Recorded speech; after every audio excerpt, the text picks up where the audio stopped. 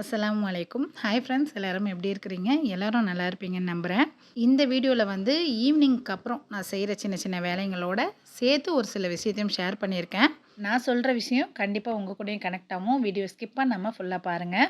First என் பேரை சொல்லிக்கிறேன். YouTube start பண்ணதுலேருந்து என் பேரை எந்த வீடியோனையும் சொன்னதில்லை. என் பேர் வந்து ஷாஹிதா. நம்ம சேனல் பேர் நஸ்ஃபாங்கிறதுனால அதையே மென்ஷன் பண்ணி ஒரு சில சிஸ்டர் வந்து கமெண்டில் கூப்பிடுவீங்க. அவங்களுக்காகவே இன்றைக்கி பேரை சொல்லியாச்சு. சாயங்காலம் அசர் தொழுததுக்கப்புறமா நேராக கிச்சனுக்கு டீ போட வந்தாச்சு. கிளைமேட் பார்த்தீங்களா, அப்படியே மழைக்காலம் மாதிரி இருக்குல்ல. எங்கள் ஊர் சைட்லலாம் பார்த்தீங்கன்னா ஒரு வாரத்துக்கு நல்ல வெயில் அடிக்குதுங்க. அடுத்து ஒரு 4 நாளைக்கு பார்த்தீங்கன்னா கிளைமேட் சில்லுன்னு மழை பெஞ்சிக்கிட்டு இருக்கு. இந்த வருஷம் தாங்க இந்த மாதிரி ஒரு கிளைமேட்டை நான் பார்க்குறது. உங்கள் ஊர் சைட்லலாம் மழைலாம் எப்படி இருக்குங்கிறத மறக்காமல் கமெண்டில் சொல்லுங்கள். உங்கள் ஊர் என்னன்னு மென்ஷன் பண்ணுங்கள். எங்கள் ஊர்லலாம் பசும்பால் வந்து கொஞ்சம் ஈஸியாகவே கிடச்சிடுங்க. பாலில் கவுச்சி ஸ்மெல் கொஞ்சம் அதிகமாக இருக்கும். அதனால் காலைல பால் வாங்கினோடனே காய்ச்சி ஆற வச்சு ஃப்ரிட்ஜில் எடுத்து வச்சுருவேன். டக்குன்னு யாராவது கெஸ்ட்டு வந்தாங்கன்னா அந்த நேரத்தில் பாலை ரொம்ப நேரம் காய்ச்சிட்ருக்க முடியாது. பால் வாங்கின உடனே பாலை காய்ச்சி வச்சுக்கிறதுனால வந்த கெஸ்ட்டுக்கு வந்து டக்குன்னு டீயோ காஃபியோ போட ஈஸியாக இருக்கும்.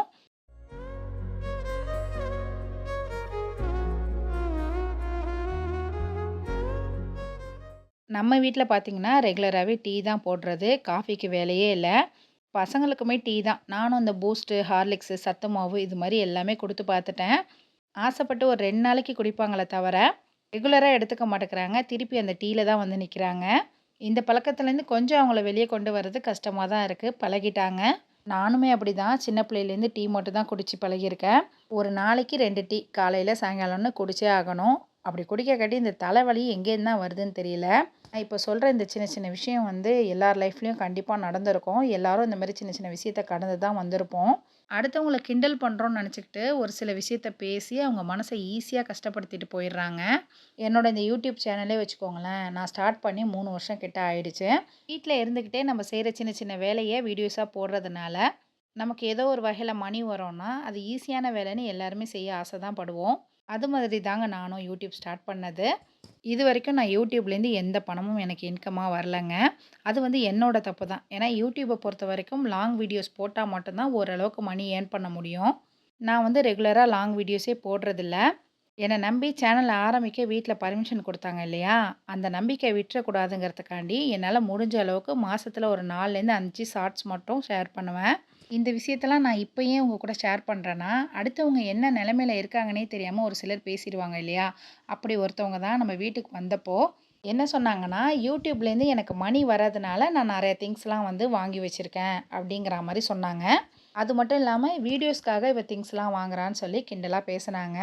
பேசுனது ஒன்றும் தப்பு இல்லை. வாய் இருக்கு இல்லையா? எது வேணாலும் பேச தான் செய்வோம். நான் வந்து இந்த இன்ஸ்டால, ஆன்லைன்லலாம் பார்த்துட்டு சாமான் வாங்கி ரிவ்யூ போடுற வீடியோலாம் ரொம்ப கம்மி. எனக்கு ஏதாவது தேவைங்கிற பொருள் வாங்கியிருந்தேன்னா, அது எனக்கு யூஸ்ஃபுல்லாக இருந்துச்சுன்னா, அதை மட்டும் வீடியோவாக போடுவேன். யாருக்காவது யூஸ்ஃபுல்லாக இருக்கும்னு. இது என்னமோ சின்ன விஷயம் தான். ஆனா ஒருத்தவங்க வீட்டுக்கு போறோம்னா, அவங்க நல்லா இருக்காங்களான்னு விசாரிச்சுட்டு வரத விட்டுட்டு, அவங்க வீட்ல என்ன மைனஸ் இருக்கோ, அத பத்தி விசாரிக்கிறவங்க தான் இங்க அதிகமா இருக்காங்க. அடுத்தவங்க என்ன நிலைமையில இருக்கிறாங்கன்னு தெரியாமயே பேசிர்றது. ஒரு சின்ன உதாரணம் சொல்றேன். அவங்க வீட்ல பூகம்பமே வந்திருக்குங்க.